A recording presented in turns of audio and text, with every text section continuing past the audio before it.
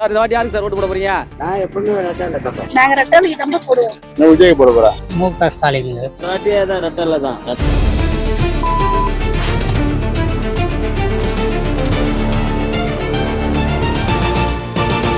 ஸ்ரீடிவி நேயர்களுக்கு வணக்கம். தமிழகம் 234 தேர்தல் களத்தின் நாடி துடிப்பு 2026 நிகழ்ச்சிக்கு உங்களை வரவேற்கிறோம். தமிழகம் முழுக்க இருக்கக்கூடிய ஒவ்வொரு சட்டமன்ற தொகுதியாக நாம் பார்த்துட்டு வரோம். தற்போதைய கள நிலவரம் எப்படி இருக்கிறது? ஆளும் அரசுக்கு எதிரான மனப்போக்கு மக்கள் மத்தியிலே இருக்குதா, இல்லை அவர்கள் செயல்படுத்திய திட்டங்கள் அவங்களுக்கு ஓட்டுகளாக மாற்றி தருகிறதா, எதிர்கட்சிகள் பலம் பெறுகிறதா, தொடர்ச்சியாக தனியாகவே களம் காணும் நாம் தமிழர் கட்சியுடைய வாக்கு சதவீதம் உயர்கிறதா, புதிதாக வந்த விஜயின் தாவேக்கா எப்படிப்பட்ட தாக்கத்தை ஏற்படுத்தி இருக்கிறது, பெண்கள் வாக்கு யாருக்கு, இளைஞர்கள் வாக்கு யாருக்கு அப்படிங்கிறதெல்லாம் குறித்த கள ஆய்வு நம்ம செஞ்சிருக்கோம். அதில் கிடைக்கக்கூடிய முடிவுகளை தான் உங்கள் முன் வைத்து வருகிறோம். அந்த வகையில் நாம் இன்று எடுத்திருக்கக்கூடிய சட்டமன்ற தொகுதி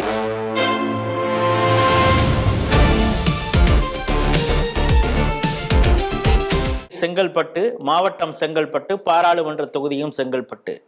இது சற்று ஒரு பெரிய சட்டமன்ற தொகுதின்னு தான் சொல்லணும். காரணம், மொத்த வாக்காளர்கள் 3,66,000 பேர் இருக்காங்க. ஆண் வாக்காளர்கள் 1,78,000, பெண் வாக்காளர்கள் 1,88,000 பேர் இருக்காங்க. 2021, 2016 ஆகிய 2 தேர்தல்களிலும் எம் வரலட்சுமி அப்படிங்கிறவங்க திமுக சார்பில் போட்டியிட்டவங்க, அவங்க தான் வெற்றி பெற்றிருக்காங்க. யாரை எதிர்த்து அப்படின்னா அதிமுகவை ஏற்று தான். 2021 கஜேந்திரன் அப்படிங்கிற எதிர்த்து வெற்றி பெற்றாங்க 26,000 வாக்குகள் வித்தியாசத்தில். 2016 பார்த்தீங்கன்னா கமலக்கண்ணன் அப்படிங்கிற அதிமுக அவரை எதிர்த்து தான். அந்த நேரத்தில் ஆறுமுகம், ஏற்கனவே திருப்பூரில் போட்டி போட்டவர்னு நினைக்கிறேன், அவர் இங்கே பாமக சார்பாக போட்டியிட்டார். அப்புறம் தேமுதிக சார்பில் போட்டியிட்ட முருகேசன், அவரும் இங்கே தனியாக போட்டிட்டார். அப்பொழுதும் பார்த்தீங்கன்னா டிஃப்ரென்ஸ் 26,000 அப்படிங்கிறத பார்க்குறோம். 2011 டி முருகேசன் தேமுதிக அவர் இங்கு வெற்றி பெற்றார் அப்படிங்கிறதும், அதாவது குறைந்த வாக்கு வித்தியாசத்தை தான். அப்பொழுது பாமக சார்பாக விஜி ரங்கசாமி அவர் பாஜகவில் கூட தன்னை இணைத்து கொண்டார். இப்போ எந்த கட்சியில் இருக்காருன்னு தெரியல. ஆன்மீகத்தின் மீது நாட்டம் கொண்டவர் அவர். 291 வாக்குகள் வித்தியாசத்தில் விஜி ரங்கசாமி பாமகவை சேர்ந்தவர் வெற்றி வாய்ப்பை இழந்தார் அப்படிங்கிறத பார்க்குறோம். இந்த 2011 எலெக்ஷனில் தான் பாஜக சார்பாக போட்டியிட்டவர் KT ராகவன். அவர் ஒரு 2% வாக்குகளை வாங்கினார். 4,073 வாக்குகள் அப்படிங்கிறத பார்க்குறோம். இப்போ அவர் வாங்கிய வாக்கு தான் விஜி ரங்கசாமி தோற்பதற்கு ஒரு காரணமாக இருந்திருக்கு பாமக அப்படின்னு. இப்போ எல்லாரும் ஒரே கூட்டணி அப்படிங்கிறது இதுதான் இப்போ இந்த ப்ரொஃபைல் இந்த சட்டமன்ற தொகுதியை பொறுத்தளவு. ஆனால் இப்பொழுது இந்த களம் யாருக்கு சாதகமாக இருக்கிறது அப்படிங்கிறத கள ஆய்வு செய்த நேதாஜி நம்மோடு பகிர்ந்து கொள்ள தயாராக இருக்கிறார். வணக்கம் நேதாஜி. வணக்கம். இந்த செங்கல்பட்டு சட்டமன்ற தொகுதியை பொறுத்தளவு நீங்க எந்தெந்த பகுதியில கள ஆய்வு செஞ்சீங்க? சார், செங்கல்பட்டு சட்டமன்ற தொகுதியை பொறுத்த வரைக்கும் நம்ம செங்கல்பட்டு நகராட்சி, மறைமலை நகராட்சி, நந்திவரம், கூடாஞ்சேரி, சிங்கபெருமா கோயில், பொத்து, ஊரப்பாக்கம், காட்டாங்குளத்தூர், அதை சுற்றி இருக்கிற கிராமம் எல்லாமே பார்த்துருக்கேன் சார். சிங்கபெருமாள் கோயில் இந்த பகுதியும் பார்த்துருக்கீங்க இல்லையா? ஆமா சார். சிங்கபெருமா கோயில், பொத்தேரி, ஊரப்பாக்கம், ஆத்தூர், பரனூர், நகலூர், வெள்ளம், வண்டலூர், கனியாவக்கம், நெருக்குன்றம், காயமேடு, கீரப்பாக்கம், எல்லா பகுதியும் நம்ம பார்த்துருக்கோம். சரி, இங்க பல பகுதிகளில் நீங்க கள ஆய்வு மேற்கொண்டிருக்கீங்க. இங்க எந்தெந்த சமுதாயம் அதிகமாக இருக்கிறாங்க? இந்த தொகுதியை பொறுத்த வரைக்கும் நம்ம எந்தெந்த சமுதாய மக்கள் எங்கெங்க இருக்கிறாங்கன்னு நம்ம கள ஆய்வு பண்ணதுல இது நகர்ப்புறம் மேம்படுத்த, அதாவது வளர்ச்சியை நோக்கி போறதால இங்க குறிப்பா இந்த சமுதாய மக்கள் இங்க இருக்கிறாங்கன்றது நம்ம கரெக்டா சொல்ல முடியல. அப்படி இருந்தாலும் நம்ம எந்தெந்த பழைய கிராமங்கள் அப்படின்னும் போது இங்க நகர்ப்புறம் ஆக்க முடியாத கிராம வில்லேஜ் நம்ம பார்க்கும்போது காட்டாங்குளத்தூர், அங்கெல்லாம் வன்னியருங்க பாத்தீங்கன்னா காட்டாங்குளத்தூர், திருச்செந்தூர் அப்படின்ற ஒரு ஊரு, கயமேடு, கீரப்பாக்கம், ஆம்பூர், செட்டிப்பொன்னூர், புளியம்பாக்கம், பழவெளி, செங்கல்பட்டு நகர்பகுதியில மத்தியில அந்த இடத்துல பாத்தீங்கன்னா அப்புறமேட்டுக்கு நந்திவரம், கூடாஞ்சேரி, இந்த மாதிரி பகுதியில வன்னியருங்க அது கணிசமா இருக்காங்க சார். சிங்கபெருமா கோயில், குளத்தூர், அதுக்கப்புறம் செங்கல்பட்டு பழைய பஸ் ஸ்டாப்பு, அப்புறமேட்டுக்கு அங்கேயே வந்து பார்த்தீங்கன்னா ஜேகே நகர், அதுக்கப்புறம் அது இருக்கு. அது மாதிரி மறைமல் நகர் எடுத்துக்கிட்டு போனாங்கன்னா அண்ணா நகர், காமராஜ் நகர், மணிவாக்கம், வண்டலூர், அந்த ஜிஎஸ்டி ரோடு வந்து மாதிரி புத்தேரி, காட்டாங்குளத்தூர், இந்த மாதிரி பகுதியில் வந்து வன்னியர்கள் வந்து கொஞ்சம் கணிசமாகவே இருக்காங்க. வன்னியர், அது இல்லாமல் அங்கே வந்து நாக்கியர், மொழியர், செட்டியார் இவங்களும் வந்து அவங்க பரவலாக அந்த பகுதியில் காணப்படுறாங்க. அதுக்கப்புறம் நம்ம எஸ்சின்னு எடுத்து போனா அழகேசன் நகர், பாலப்பாக்கம், இந்திரா நகர், அண்ணா நகர், செங்கல்பட்டு அதை சுற்றி இருக்கிற அந்த பகுதிகளில் வந்து எஸ்சி கொஞ்சம் அடிக்காங்க. அவங்க மேட்டுத்தெரு, தர்கா ரோடு, பழைய பஸ் ஸ்டாப் விரிவாக்கம், அங்கேயும் வந்து குறிப்பிட்ட இது இருக்கும். அதே மாதிரி நந்திவரம், அந்த நந்திவரம் ஏரி பகுதின்றாங்க, அங்கேயும் வந்து எஸ்சி வந்து அதிகமாக இருக்காங்க. அப்புறம் மந்தவேலி, அப்புறம் பழைய நந்திவரம், அந்த மாதிரி பகுதியில் இருக்காங்க. அப்புறமேட்டுக்கு மறைமல் நகர் இருக்காங்க, காமராஜர் நகர், கயமேடு, வண்டலூர் ஓட்டேரி, அந்த மாதிரி பகுதியெல்லாம் இருக்காங்க. அப்புறம் வண்டலூர் ஜிஎஸ்டி ரோட ஒட்டின மாதிரி கலந்துருக்காங்க. சிங்கவர்மா கோயில், அப்புறம் அனுமந்தபுர சாலை, குழிலி, அந்த மாதிரி பகுதியில் வந்து குளத்தூர், அப்புறம் காட்டாங்குளத்தூர், புத்தேரி பழைய கிராமம் அப்படின்ற மாதிரி ஒரு ஏரியாலாம் வந்து எஸ்சி எல்லாம் அங்கே இருக்காங்க. அப்புறம் முதலியார் சமுதாயத்தை நம்ம எடுத்துக்கிட்டா அது அடுத்தபடியாக முதலியார் சமுதாயம் இருக்காங்க. அவங்க வந்து பார்த்தீங்கன்னா செங்கல்பட்டு நகர்ப்புற மத்தியில் பஸ் ஸ்டாப், அங்கே வந்து முதலியாருங்க வந்து அதிகமாகவே அங்கே அந்த பகுதியில் இருக்காங்க. அப்புறம் பெரிய நத்தம், சிறிய நத்தம் என்ற பஸ் ஸ்டாப், அதாவது செங்கல்பட்டுக்குள்ளேயே அந்த இருக்காங்க. அப்புறம் பழைய பஸ் ஸ்டாப் ஜிஎஸ்டி ஓட்டினாம இருக்காங்க. கூடாஞ்சேரி, நந்திவரம், அங்கே வந்து பார்த்தீங்கன்னா பஜார் வீதியில், மெயின் ரோட்டில் வணிகம் செய்கிற ஏரியாவில் வந்து பார்த்தீங்கன்னா முதலியாருங்க அதிகமாக காணப்படுறாங்க. அப்புறம் மரமல் நகர், அங்கே இருக்கிற வந்து நகர்ப்புறம் இருக்காங்க. அது இல்லாமல் அங்கே அடுக்குமாடி குடியிருப்புல அது மாதிரி இடத்துலையும் அங்கே இருக்காங்க. அப்புறம் கயமேடு, கீழப்பாக்கம், ஆம்பூர், அதை சுற்றி இருக்கிற கிராமங்கள்லையும் வந்து இவங்க பூர்வீகமாக இருக்கிறாங்க. பூர்வீக குடியாகவே அங்கே முதலியார்கள் வந்து அங்கே இருக்கிறாங்க.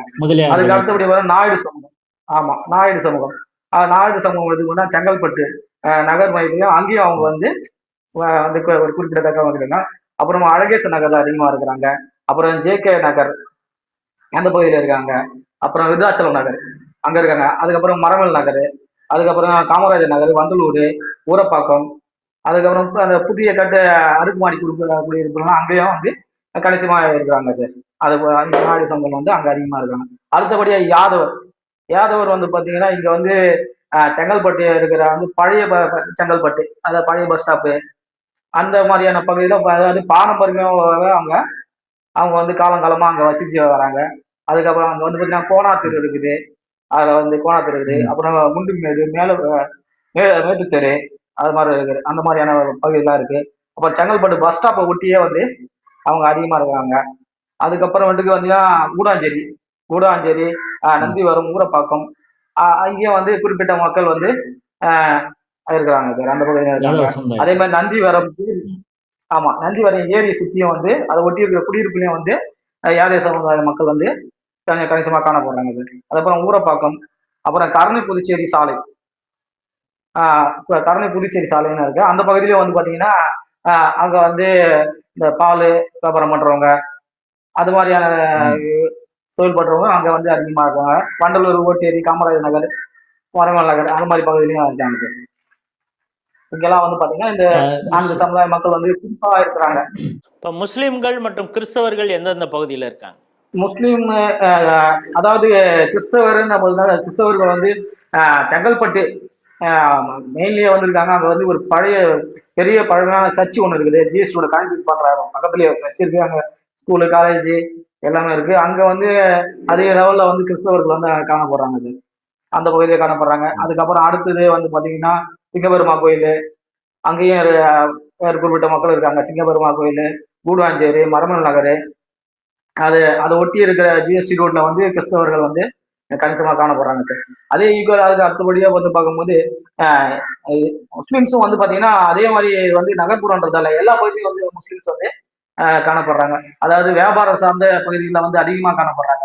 அதாவது main bus stop, GST road சம்மந்தப்பட்ட இருக்கிற அந்த ஏரியா, அதுக்கப்புறமேட்டுக்கு எங்கெங்கெல்லாம் மசூதி இருக்கிற மசூதி இருக்கிற இடத்துலலாம் வந்து நந்திவரம் அந்த இடத்துல இருக்காங்க, மரமல் நகர்ல இருக்காங்க, கூடஞ்சேரியில் இருக்காங்க, செங்கல்பட்டுலேயும் வந்து முக்கியமான பகுதியெல்லாம் அவங்க இருக்காங்க. இப்போ நீங்கள் கிறிஸ்தவர்கள் மற்றும் முஸ்லீம்கள் அப்படின்னா அவங்கள எவ்வளோ சதவீதம் சொல்லுவீங்க? சார் முஸ்லீம்ஸ் வந்து பார்த்தீங்கன்னா வந்து கிறிஸ்தவ ஆஹ் இல்ல கிறிஸ்டின் முஸ்லீம்களை விட கிறிஸ்டின் அதிகமாக இருக்காங்க இருக்கிறாங்க. அவங்க வந்து ஒரு ஒட்டு மொத்தத்தில் ஒரு 6-7% பேர் வந்து கிட்ட இருக்கிறாங்க சார். அதில் அடுத்தபடியாக கிறிஸ்தவர்கள் இருக்காங்க. 6% கிறிஸ்தவர்கள் இருக்காங்க, 3% வந்து இஸ்லாமியர்கள் இருக்காங்க. இப்போ நீங்கள் பல்வேறு சமூகங்கள், அதுவும் குறிப்பாக எந்தெந்த கிராமத்துலலாம் இருக்கிறாங்க, அடுக்குமாடி குடியிருப்புலலாம் கூட எந்தெந்த பகுதிகள், குறிப்பாக யாதவர்கள் எங்கே இருப்பாங்க, முதலியார்கள் மற்ற சமூகத்தினர் எங்கே இருக்காங்க, நாயுடு அவங்க எங்கே இருக்காங்க, பட்டியல் சமூகம் எங்கே இருக்கிறாங்க, கிறிஸ்தவர்கள் முஸ்லீம்கள் இப்படின்னு அந்த ரீஜன் முழுக்கவே நீங்கள் கள ஆய்வு செய்து கரெக்டாக சொல்லியிருக்கீங்க. இப்போ இந்த பகுதியில் இருக்கக்கூடிய இந்த சமூகங்கள் எந்தெந்த கட்சிக்கு ஆதரவாக இருக்கிறாங்க? சார் இங்கே வந்து பார்த்தீங்கன்னா திமுகவுக்கு ஆதரவு வந்து இங்கே அதிகமாகவே இருக்குது சார். செங்கல்பட்டு தொகுதியை பொறுத்த வரைக்கும் நம்ம மோனியா செட்டியார் அவங்கன்னு பார்க்கும்போது அவங்க ஆல்ரெடி கட்சி ரீதியான ஓட்டே வந்து பார்த்தீங்கன்னா திமுகவுக்கு இங்கே ஆதரவு அதிகமாக இருக்கு இந்த பகுதியில். அடுத்தபடியாக வந்து ரெட்டை இலைக்கு, அதாவது அதிமுகவுக்கு அதிகமாக இருக்கு. மற்ற வந்து சமுதாயத்தை சார்ந்தவர்கள் வந்து குறிப்பிட்ட வந்து விடுதலை சிறுத்தையோ இல்லை பாமகவோ வந்து அல்ல, ஆனால் விடுதலை சிறுத்தையை விட பாமக வந்து இங்கே கொஞ்சம் ஓட்டு அதிகமாக இருக்கான மாதிரி இருக்கு. இந்த சட்டமன்ற தொகுதியை பொறுத்தளவு ஆண் வாக்காளரோட பெண் வாக்காளர்கள் சற்றே ஒரு 10,000 வாக்குகள் அதிகமாக தான் இருக்கிறாங்க. அவங்கள பல பேரை நீங்கள் வந்து உங்களுடைய கலாய்வில் சந்திச்சிருப்பீங்க. அவங்க இந்த ஆட்சி குறித்து என்ன சொல்கிறாங்க, இந்த திமுக அரசு செயல்படுத்திய திட்டங்களை எப்படி பார்க்குறாங்க?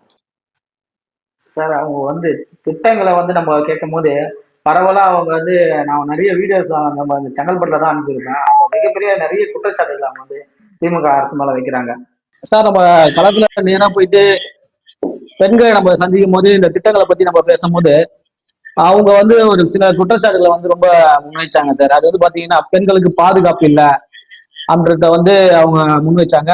அது இப்போ சமீப காலத்தில் வந்து பார்த்தீங்கன்னா வெள்ளம் என்ற பகுதியில் ஒரு 3 வயசு குழந்தை கடைக்கு போனாவும் அந்த குழந்தைய வந்து அந்த ஒரு 70 வயசு நபர் வந்து குழந்தைய பாலித்தூள் கொடுத்தாவும் வந்து குற்றச்சாட்டு வச்சு அவங்கள வந்து எஸ்ஆர்எம் ஹாஸ்பிட்டல சேர்த்து வச்சிருந்தாலும் அந்த பெண்மணி நம்ம கிட்ட வந்து ஓப்பன் ஸ்டேட்மெண்டாவே கொடுத்துருக்காங்க.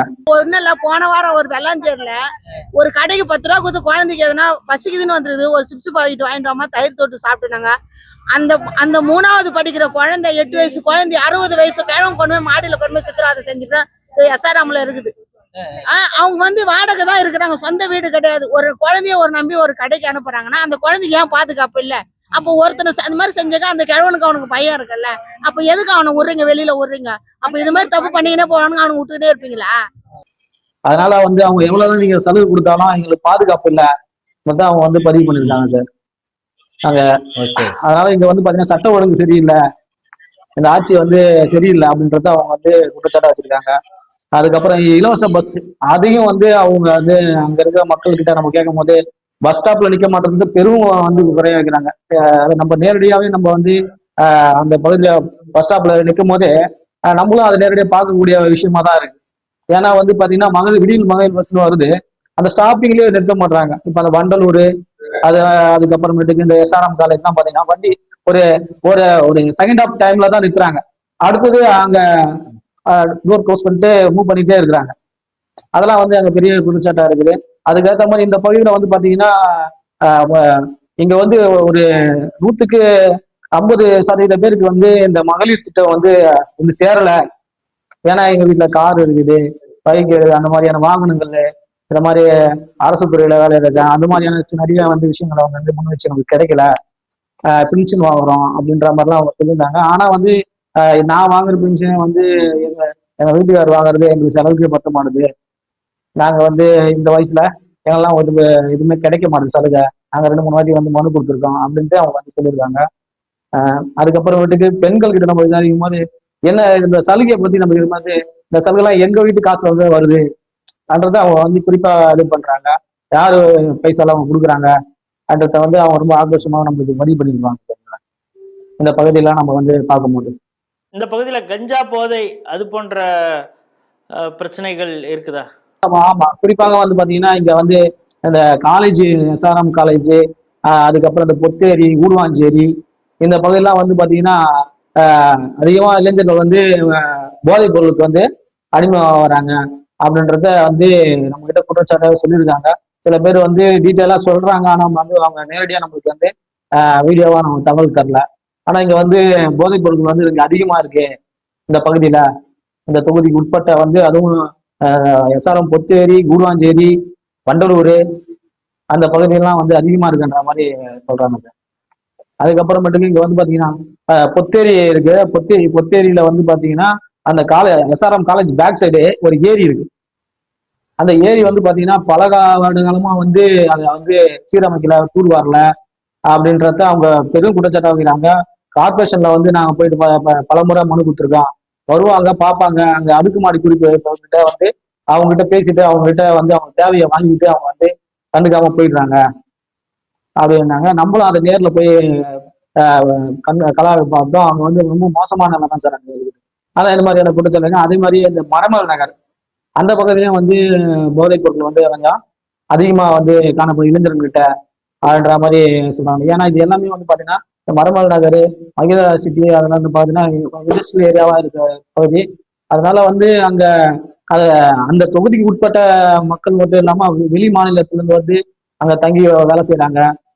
அவங்கெல்லாம் அவங்களோட இந்த மாதிரியான பிரச்சனைகள் இருக்கு.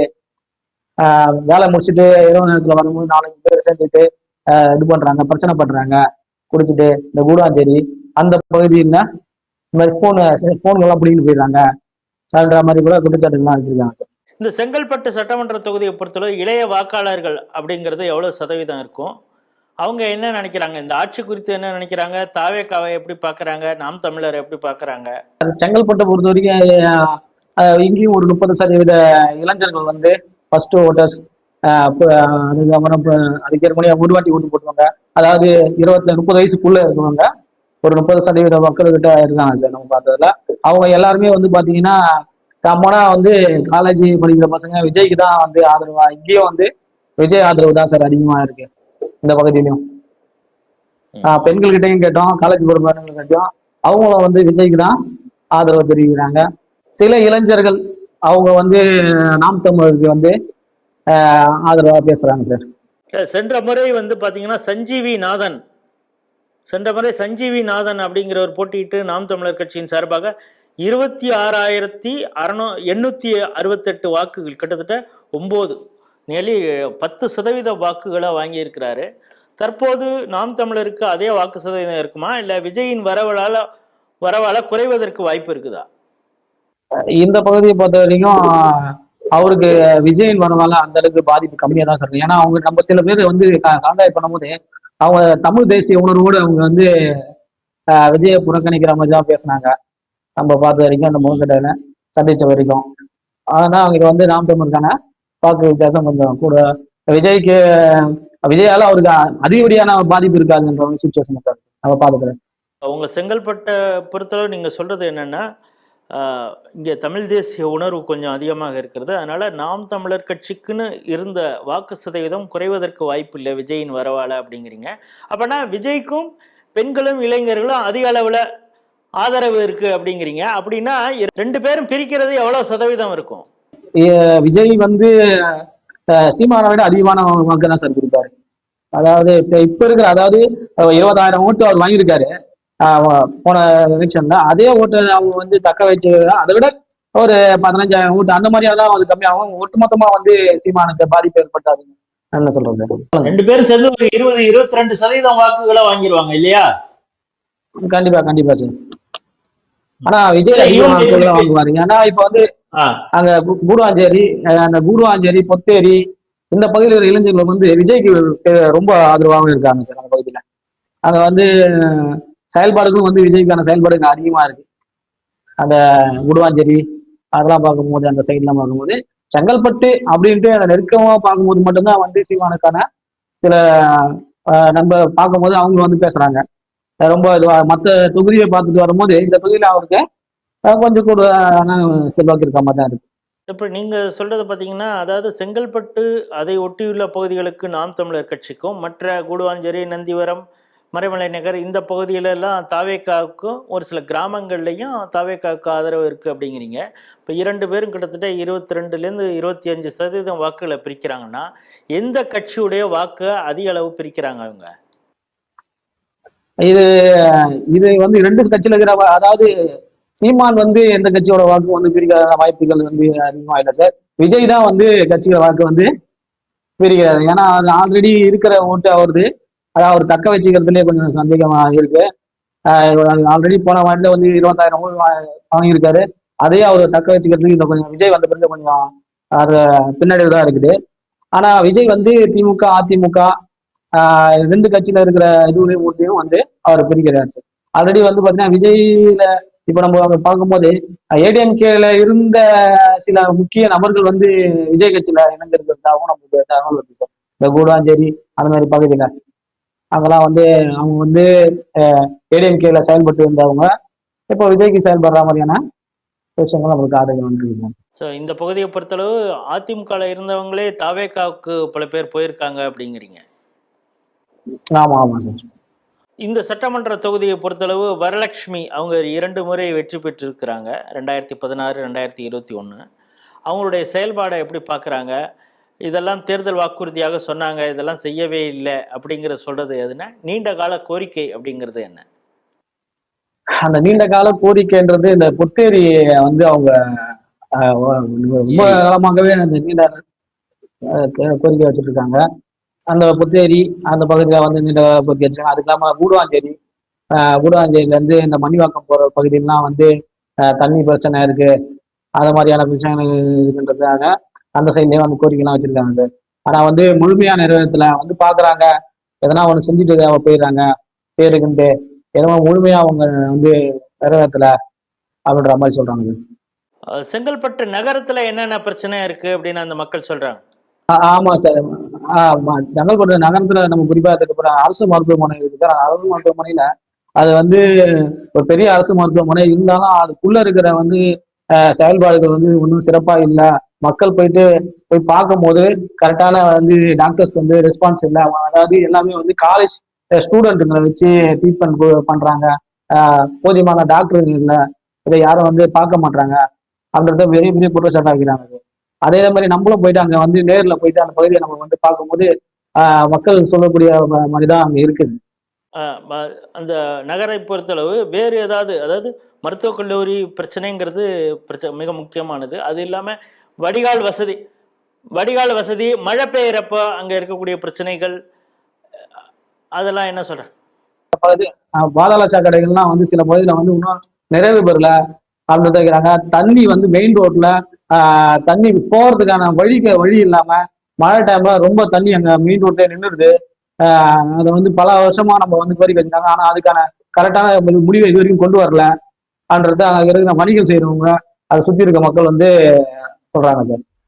இந்த சட்டமன்ற தொகுதியை பொறுத்தவரை நீங்க பாத்தீங்கன்னா இந்த நந்திவரம் சொல்றீங்க, கூடுவாஞ்சேரி சொல்றீங்க, சிங்கப்பெருமாள் கோயில், அதே போல் செங்கல்பட்டு.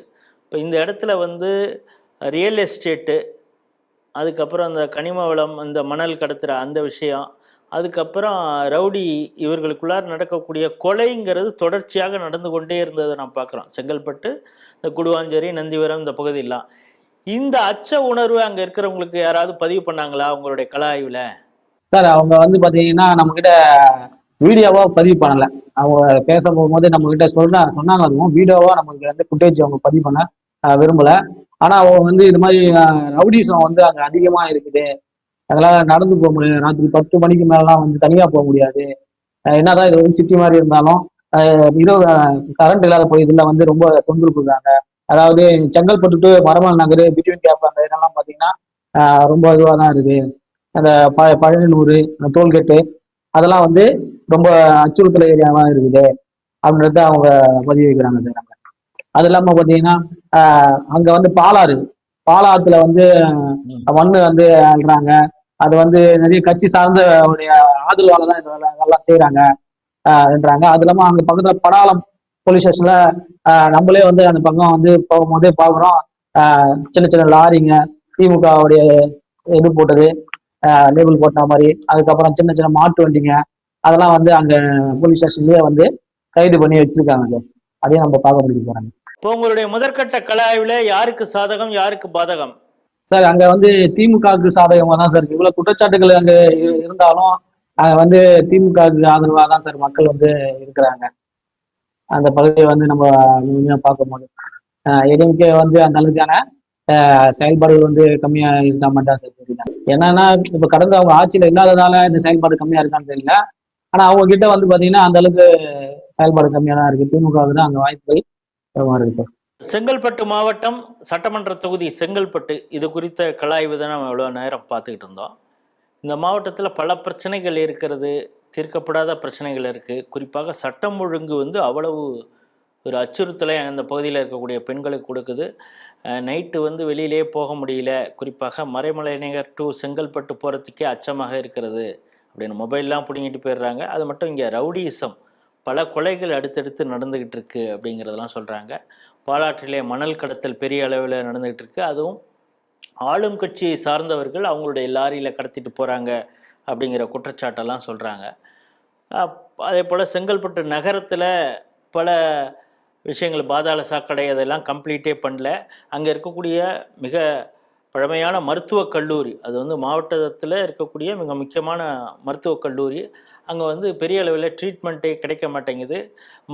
மாணவர்கள் படிக்கும் மாணவர்களை வச்சு தான் ட்ரீட்மெண்ட் கொடுக்குறாங்க. அதில் எக்ஸ்பீரியன்ஸான டாக்டர்ஸ் இல்லை அப்படிங்கிறத அந்த மக்கள் ஒரு குற்றச்சாட்டாக சொல்கிறாங்க. இத்தனை குற்றச்சாட்டுகள் அந்த சட்டமன்ற தொகுதியில் சொன்னால் கூட திமுக அங்கே வலுவாக இருக்கிறது. ஏன்னா கேடர் பேஸ் அங்கே வந்து திமுகவுக்கு அதிகமாக இருக்கிறது. ஏற்கனவே அங்கே வந்து தேமுதிகவும் கொஞ்சம் வலுவாக இருந்தது. தேமுதிக வெற்றி பெற்ற ஒரு தொகுதி. ஸோ அவங்களும் இப்போ கூட்டணியில் இருக்காங்க அப்படிங்கிறது ஒரு பக்கம் இருந்தால் கூட அதிமுக வெற்றி பெறவில்லை.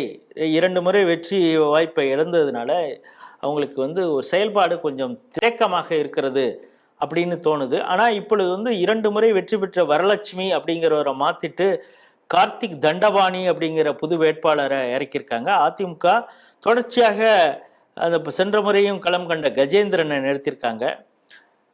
தாவேகா சார்பாக தியாகராஜனை நிறுத்தியிருக்காங்க. இதெல்லாம் அடுத்த கட்ட பிரச்சாரம், வேற என்ன எப்படிப்பட்ட முன்னெடுப்புகளை செய்கிறாங்க அப்படிங்கிறதை பொறுத்தும் கூட களம் மாறுவதற்கு வாய்ப்பு இருக்கிறது. ஆனால் ஸ்ரீ டிவியுடைய முதற்கட்ட கள ஆய்வில் இப்போது வரை திமுகவிற்கு ஆதரவு இந்த பகுதியில் இருக்குது அப்படிங்கிறது தான். மீண்டும் வேறொரு சட்டமன்ற தொகுதியில் சந்திப்போம். அதுவரை உங்களிடம் விடைபெறுகிறோம். நன்றி, வணக்கம்.